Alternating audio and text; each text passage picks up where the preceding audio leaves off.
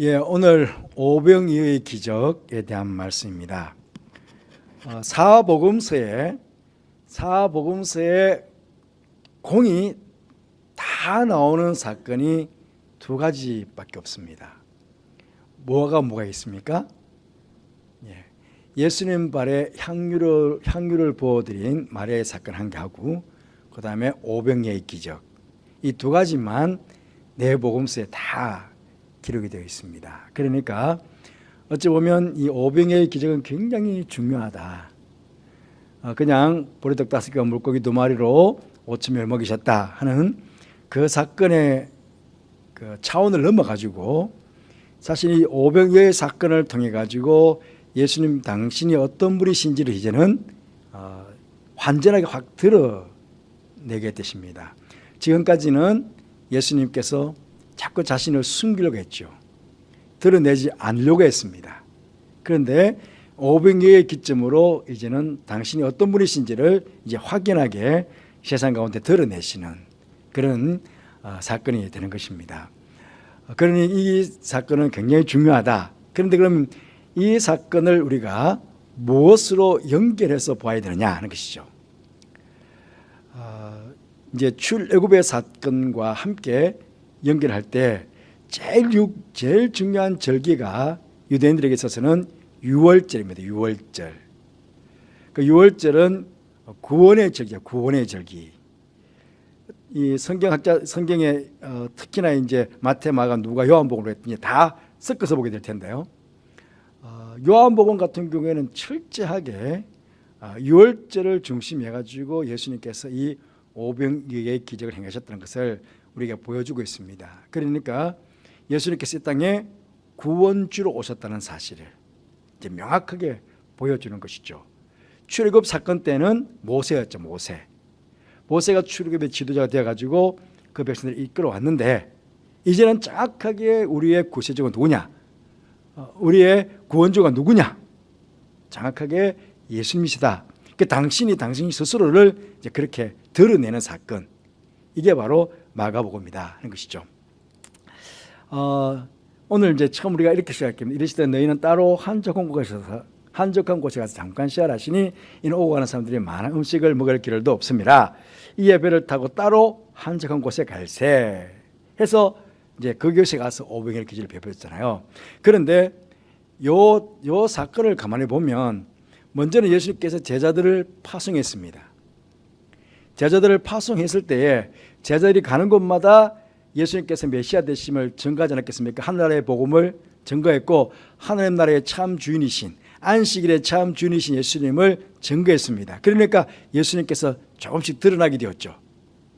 그런데 세례 요한을 죽였던 헤롯 안디바가 이거 세례 요한이 다시 부활해 왔다 라고 이제 두려움에 떨었는데, 그가 왜냐하면 세례 요한을 불의에 있어 처형을 했거든요. 이제 그 처형한 사건과 제자를 파송하고 세례 요한을 처형한 사건 또 이어서 지금 제자들이 와가지고 예수님께 자기에 대해 전도 보고를 하는 요 상간에 세례 요한의 처형 사건이 고스에 딱 들어가 있습니다. 이것도 이제 좀 중요하죠.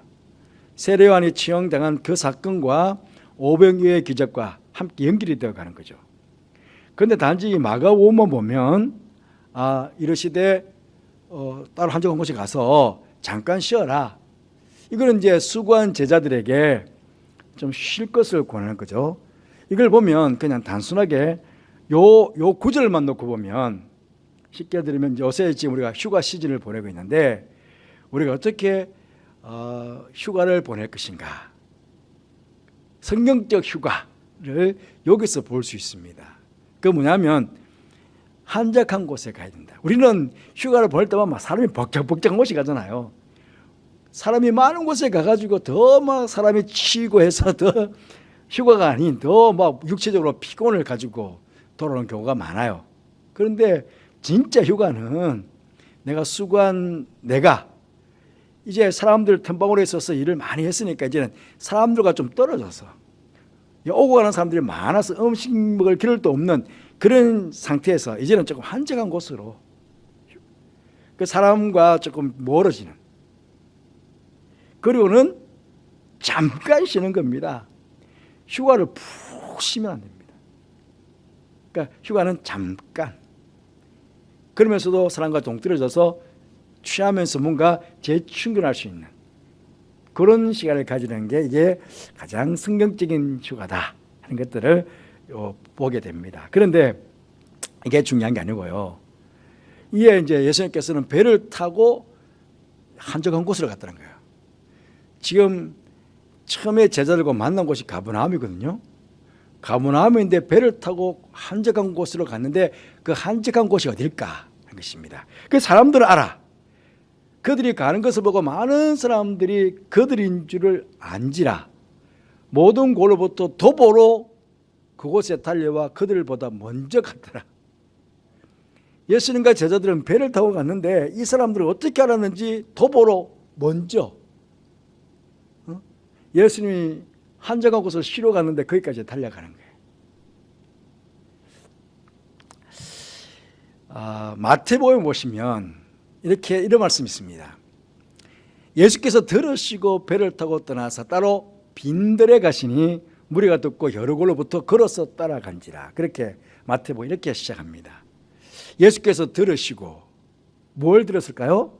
세례 요한이 헤롯에게 처형을 당했다 하는 소식을 들으시고 배를 타고 가셨다는 거예요. 조금 차이가 있죠.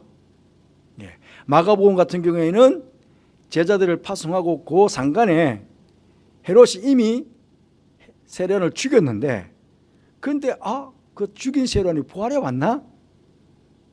그렇게 느끼는 그 시간 타임이 조금 차이가 있죠. 근데 어쨌든 지금 마태복음 같은 경우에는 예수님께서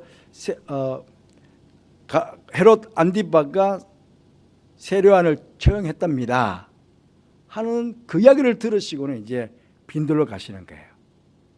그 제자들하고 휴식을 취하러 가는 게 아니고 그런데 여러 곳로 무리들은 걸어서 또 왔다 하는 것이죠.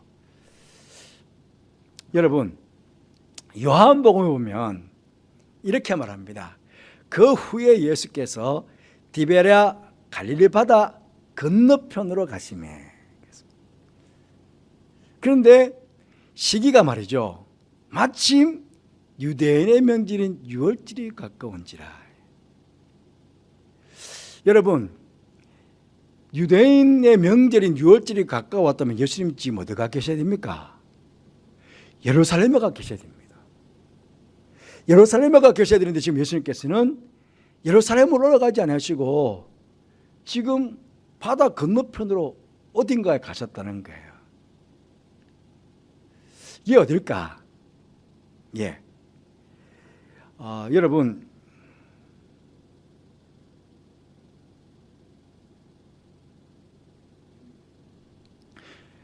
디베랴 바다 여기가 디베랴입니다.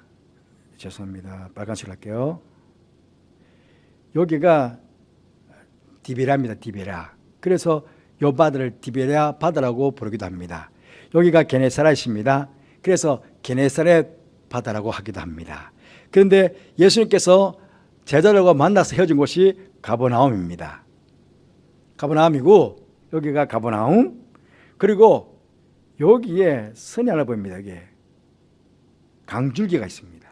강줄기가 이쪽은 헤롯 안디바 지역이고 이쪽은 헤롯 빌립이 다스리는 분봉왕, 이쪽으로는 분봉왕 안디바가 다스리는 곳, 여기는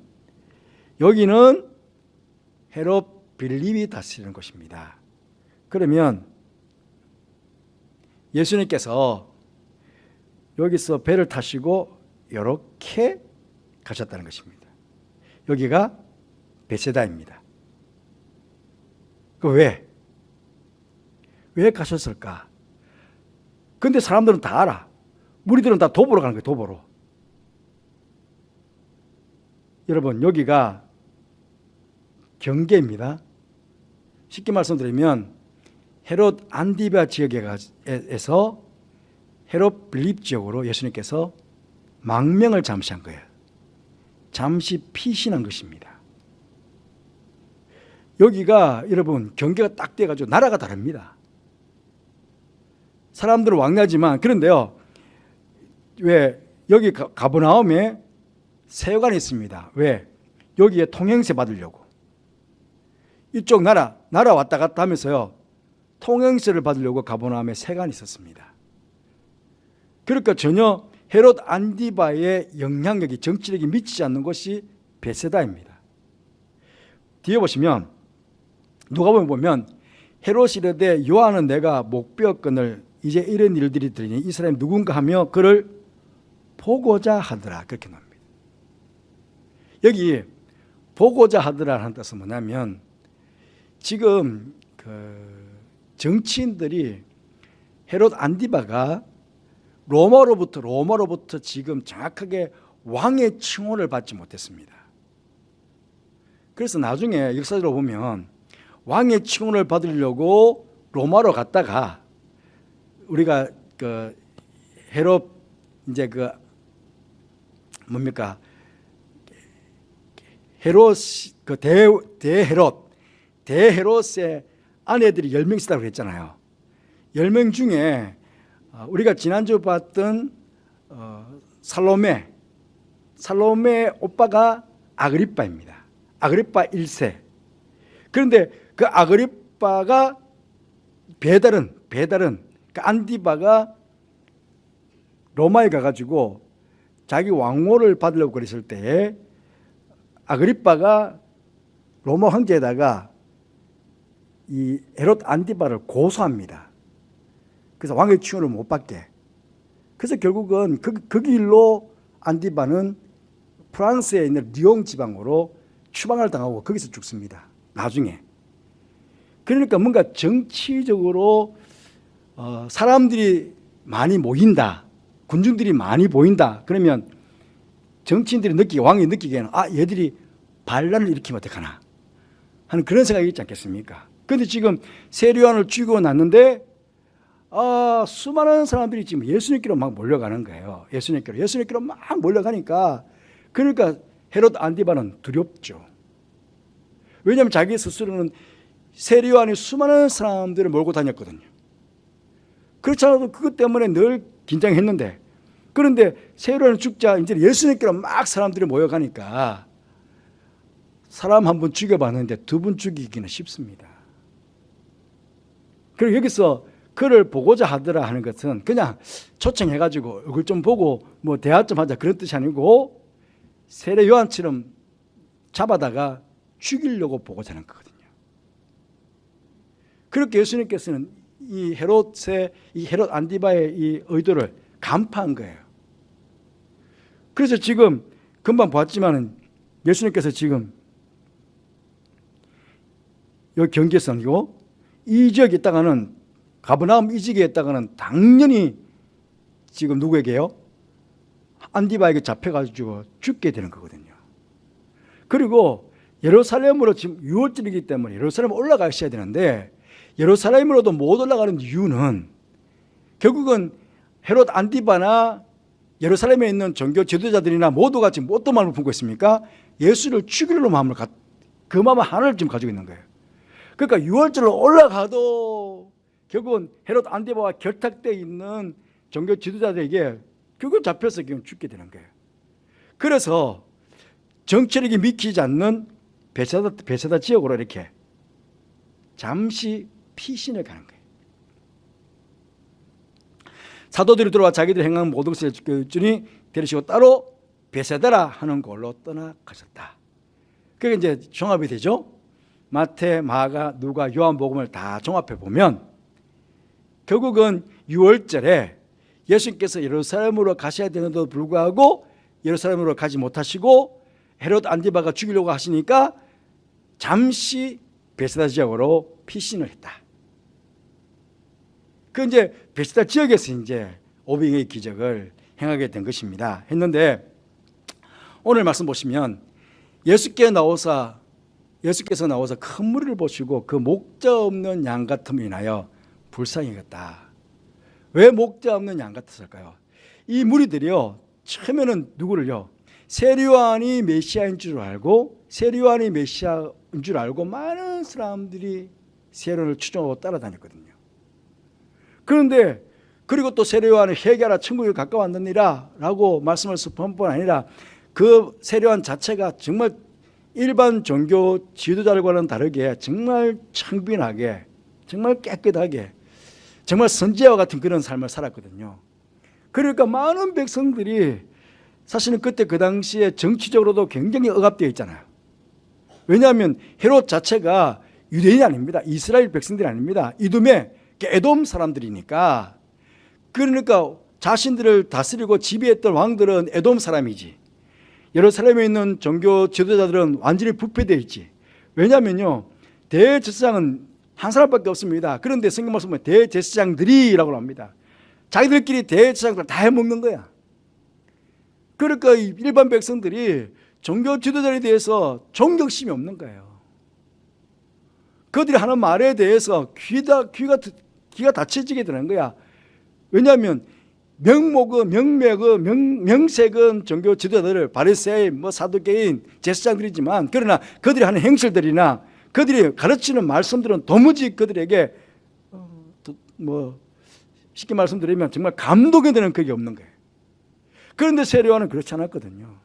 세례요한은 정말 하나님의 선지자로 온 것 같고, 이분이 혹시 메시아가 아닌가 그렇게 말할 정도로 많은 사람들이 세례요한을 따라와갔는데, 그런데 안디바가 죽여버린 거예요. 그러니까 갑자기 왜요?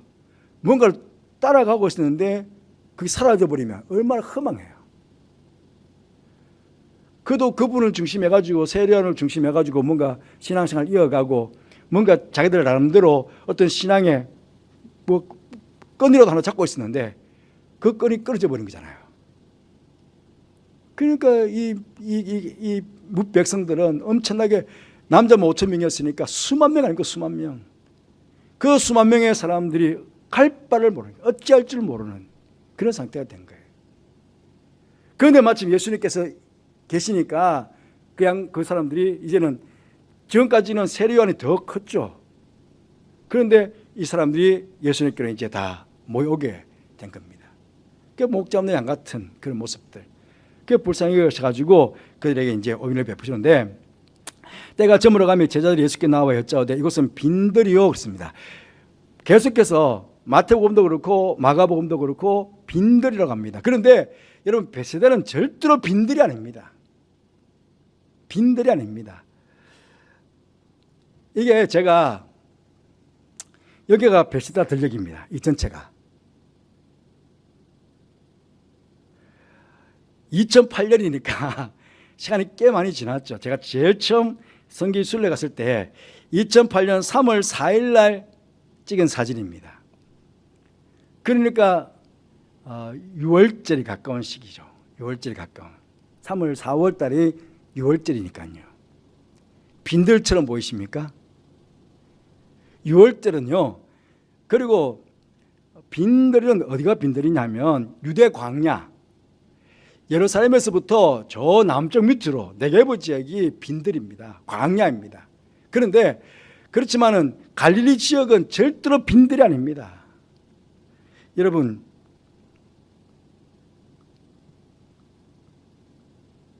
이것만 보더라도 색깔 한번 보십시오. 여기 지금 여기 베세다 지역이 얼마나 푸릅니까? 전체로 보면 새파랗죠. 예, 이 갈릴리 지역 안에서도 여기가 가장 비옥한 지대입니다. 비가 많이, 물이 많고 비가 많이 오고, 다른 데는 비가 오지 않지만 여기는 비가 1년에 연강성이 1000mm가 넘는다고 합니다. 비가 많이 오고 목조가 우거지고요. 그 절대로 공허한 빈들이 아니에요. 그리고 이쪽 평야지대가, 곡창지대. 6월절 되면 보리추수부터 밀추수가 제일 먼저 이루어지는 곳이 바로 여기입니다. 그게 절대로 빈들이 아니죠. 그런데 성경의 저자들은 빈들이라고 합니다. 왜냐하면 이렇게 뭔가를 하나를 몰아가는 거예요. 빈들을 몰아가는 이유가 뭐냐면, 출애굽한 이스라엘 백성들이 홍해를 건너서 제일 처음 맞닥뜨린 곳이 어디입니까? 그게 빈들이었습니다. 시내 광야.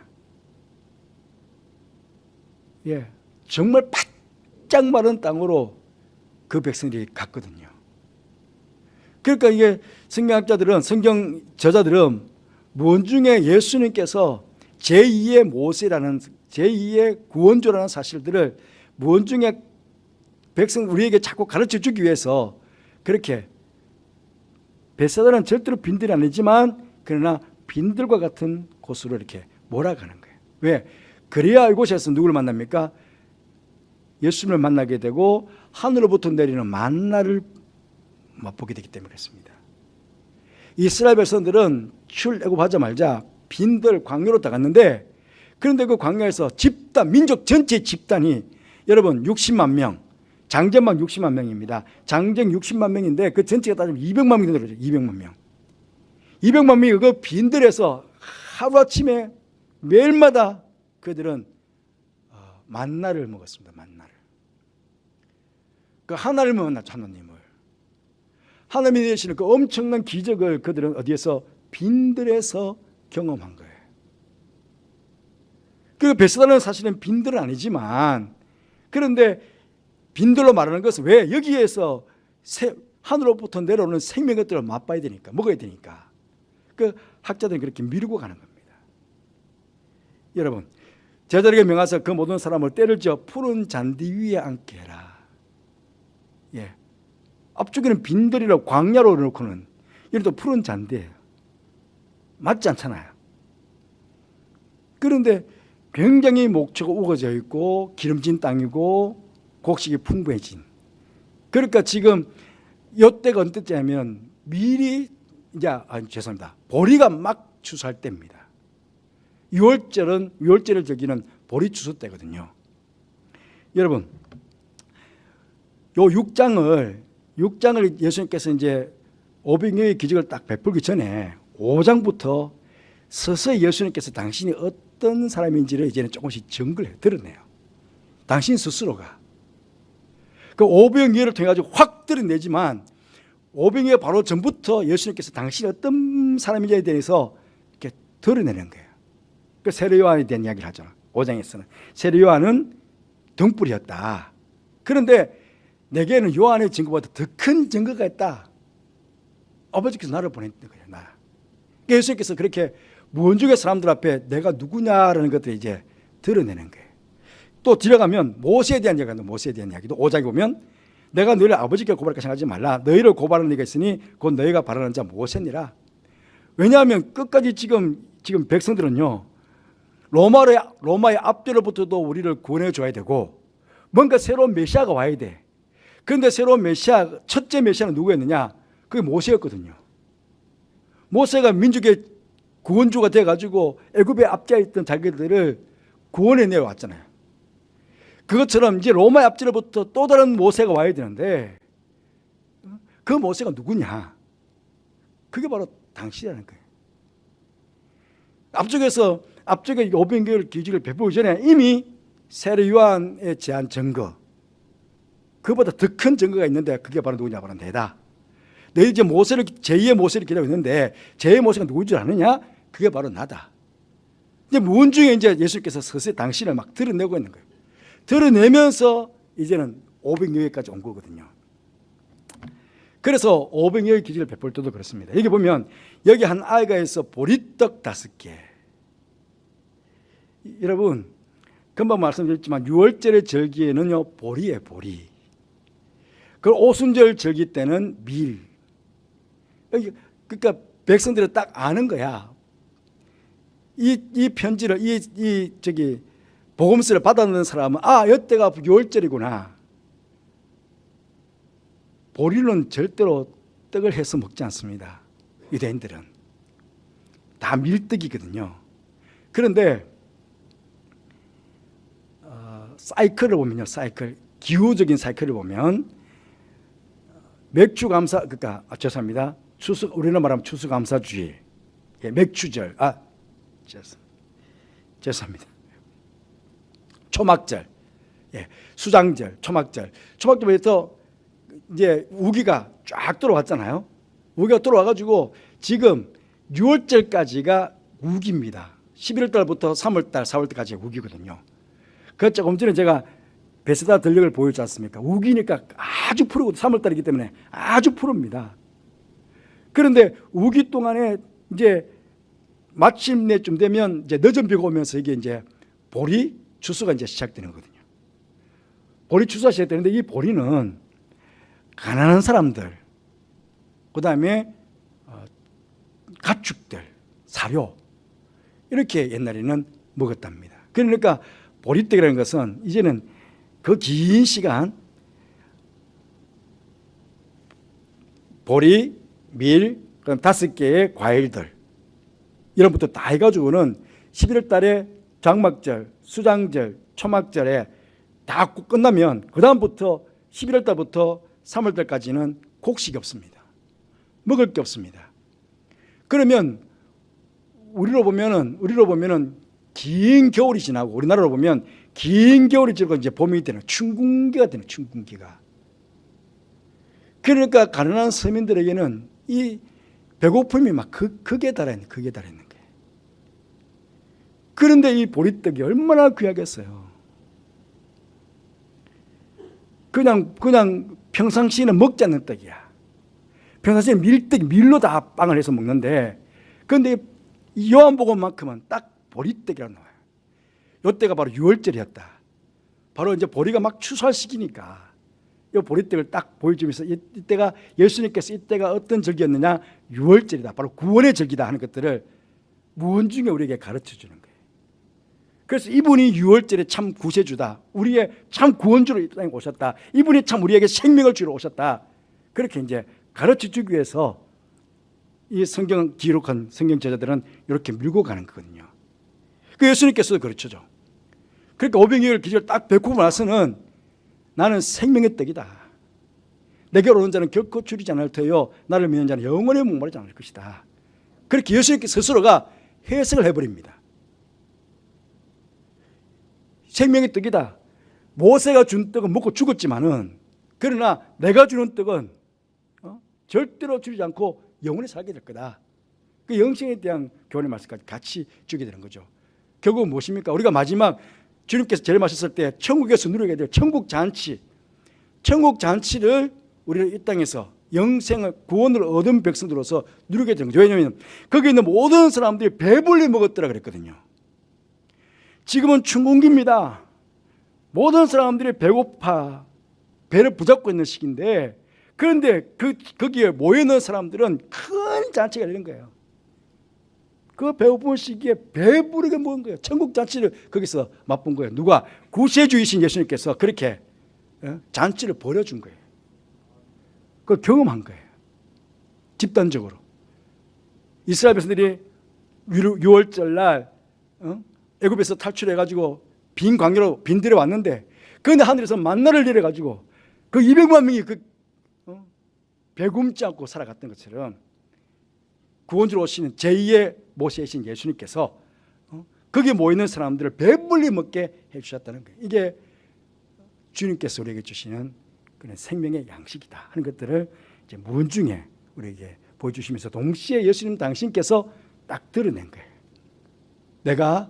내가 이제 구세주다. 내가 제2의 모세다. 정확하게 그 백성들에게 이제 증거하게 되었습니다. 이때부터 이제는 예수님께서 이제 십자가의 길로 가시게 되는 거거든요. 오늘 우리가 함께 기도해야 될 것은 그렇습니다.